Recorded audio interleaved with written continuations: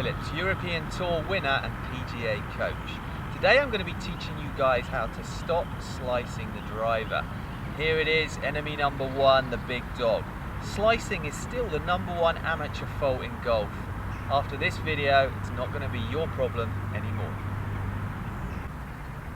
Okay, so let's get stuck in. Let's start curing that slice. Now, all great shots begin in the mind. Okay, so if we're going to stop slicing the ball and start drawing the ball, we've got to start to visualize that shape. Okay, this is the first thing that we've got to start to do in our mind. Forget technique. The first thing is starting with the mind, starting to visualize the shot that we want instead of the shot that we don't want. Okay, and a lot of visualization begins from behind the ball with a clear vision of what we'd like to do. And if we are slicing it a lot, it means that we're starting the ball to the left a lot as right-handed golfers, and therefore it's very common to see you guys start aiming more and more to the left. Okay, so the first thing we've got to do is we've got to get out on the range and we've got to start committing to a draw shot. First of all in the mind, and then second of all with the setup. Okay, so it's going to look something like this. You're going to step behind. You can see I've put this club down on the ground here at my imaginary target, and you can see I've positioned myself this side of the club. Okay, so I'm not directly behind the club. I've actually positioned myself slightly to the left because I'm now visualizing my target out to the right and curving back to the left with a draw shape. Okay, I've got to begin this process in my mind. Okay, so visualization is point #1. Visualize that ball moving from right to left. Position yourself in such a way that you're going to have to walk into the shot now and aim your body to the right. Okay, so you guys have been used to aiming to the left if you're right-handed players because you're seeing that ball slice all the time, so you're compensating. But we've got to stop that. Obviously this is to be done on the range initially. Okay, I'm not asking you to walk straight onto the first tee and make these changes, but you've got to practice this on the range. So I'm going to walk in now and I'm going to set up to the right. Okay, because my intention is to draw the ball from right to left. So we've got to begin with good intentions. Okay, so I'm going to walk in now. See, I am positioning myself to the right of my imaginary target line. Okay, I've actually set my shoulders, hips and feet to the right now. Okay, and I'm very committed now in my mind to seeing this ball start out to the right and move back to the left. Okay, so visualization and setup is point #1.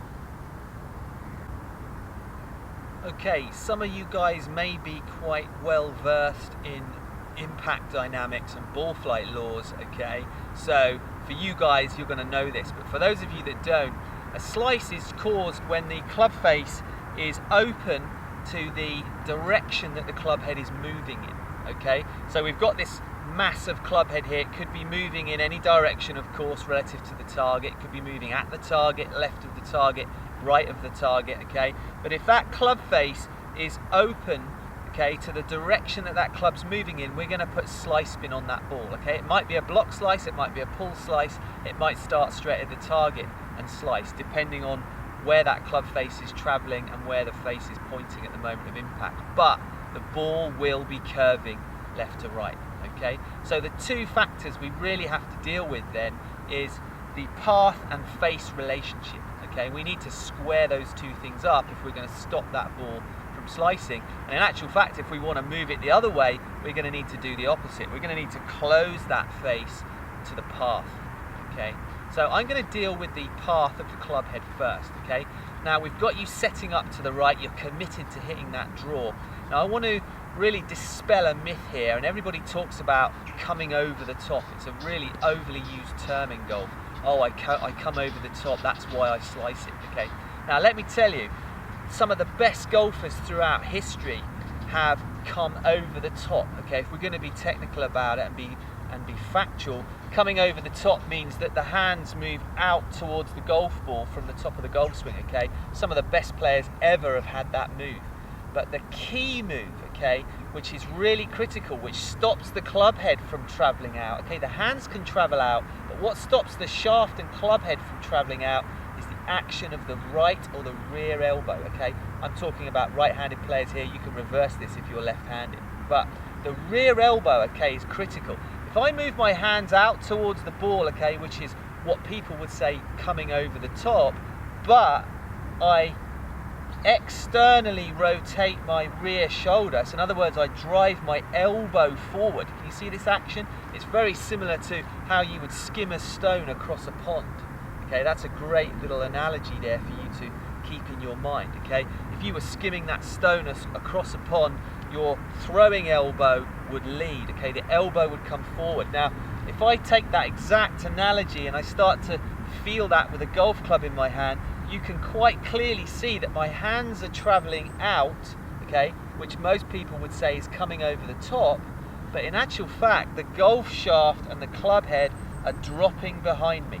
Okay, they're dropping this way, which is going to make sure that your path, the direction that club moves, is actually going to be out to the right. You will not be throwing the club across the golf ball. Okay, so that's really critical. That's a secret that the tour players all know intuitively. Some of them know it technically as well, but a lot of the guys that play that are really talented sometimes don't know what they're doing. But let me tell you, this elbow move is absolutely critical. So practice the feeling of throwing a stone across a pond. You can literally throw a golf ball or throw a stone across a pond if you want to do it literally, but take that feeling with you into the golf swing, and you can quite clearly see that my hands move out. Okay, so get rid of that thought that moving over the top is a bad thing. Okay, the most of the best players in the world move their hands out from the top of the golf swing. Okay, but it's that rear elbow driving forward that drops the shaft. That's going to sort out your club path. Okay, so we've committed to the draw, we've got the visualization right in our mind, we've set up to the right if we're right-handed players, so we've really committed to that ball moving right to left now for a change. You've got this rear elbow driving forward so that you know the club shaft and club head are actually dropping behind you. Okay, so even if your hands and shoulders are moving out, which is actually a great move, as long as this rear elbow is driving in front of the hip, okay, you know that club head is going to be behind you. Okay, you're not going to be influencing that slice, you're going to be more influencing a draw. Okay, but what we've got to do now is we've got to get this club face closing to the direction the club's moving in. Okay, we talked about the face to path relationship for a slice where the face is open to the path. We've got to close it now. Okay, now I would recommend as a right-handed player that we strengthen the lead hand grip a tiny bit. Okay, so I would recommend that we take that lead hand and we rotate a little bit to the right as we grip the club, so you're gonna see a few more or at least maybe half a knuckle or one knuckle more than you're used to seeing. Okay, now playing around with the grip is very individual. Okay, now this is a suggestion. Okay, nothing is set in stone in this game. There's so many different golf swings and grips out there which we see on the PGA Tour and the European Tour, that anybody telling you to do something exactly, you should be running a mile. Okay, so what I'm advocating here is that you experiment a bit with different amounts of rotation here. Okay, because that's going to help you. The stronger the grip you have in general, again, okay, there are exceptions, but in general it's going to help you to get the toe of the club releasing faster than the heel. Okay, in other words, closing that club face. You slicers out there do the opposite. The heel of your club is moving faster than the toe. That face is opening all the time. So we've got to reverse that if we're going to have any chance to change that shape.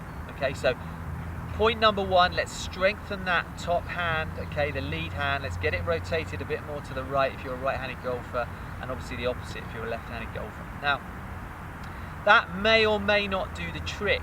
Okay, and again, the second point of experimentation now is we've got to quite literally experiment with exaggerated amounts of forearm rotation, okay, or face rotation. We've got to quite literally feel ourselves rotating that toe over that heel. Okay, now playing golf is a real hand-eye coordination sport. Okay, there's no technique that eradicates the hand-eye coordination from a golf swing. The best players in the world are generally the most skilled with their hand-eye coordination. Okay, so that's a skill that we got to practice. Okay, anybody that tells you you can move your body in such a way that negates the need to have hand-eye coordination is flat out lying. Okay, pretty bold statement, I know, but it's true. Okay, all the great players have great hands.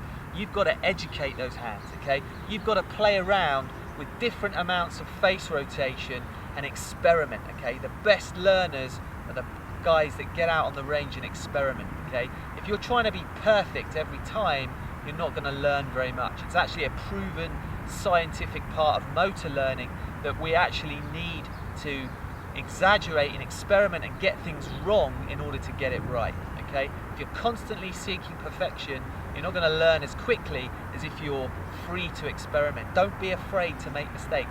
You guys have got to get out there and try and hook the ball, okay? If you're a slicer, you've got to exaggerate. You've got to get that toe moving as fast over the heel as you can, feeling wise, and start closing the face instead of opening the face, okay? And you've got to experiment with that until you feel that you get it right, okay? So in other words, you've got to do it too much, then not do it enough, then you're going to find that middle ground, okay? It's a little bit like the story of the three bears, okay? So we've got to get it wrong to get it right. Really important lesson there. So get out there, strengthen that lead hand grip, practice getting that toe moving over the heel, make mistakes and learn. I hope you enjoyed that video. It's going to help you tremendously to start drawing the ball and stop slicing. If you liked it, please subscribe. Check out my website www.vanphillips.co.uk. Check me out on Facebook and Twitter and Instagram.